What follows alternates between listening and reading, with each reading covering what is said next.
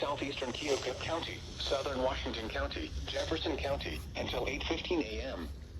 At 7:16 a.m., severe thunderstorms were located along the line extending from near Richmond to near Rubio to near Hedrick, moving southeast at 60 miles an hour.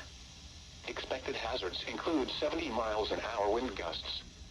Severe weather has been confirmed by train spotters. This line of storms has a history of producing winds up to 70 miles an hour. The following impacts are expected. Expect considerable tree damage. Damage is likely to mobile homes, roofs, and outbuildings.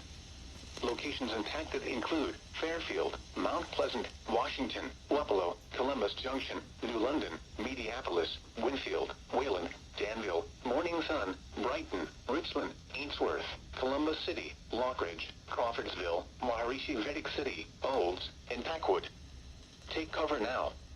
Continuous cloud-to-ground lightning is occurring with these storms. Move indoors immediately. Lightning is one of nature's leading killers.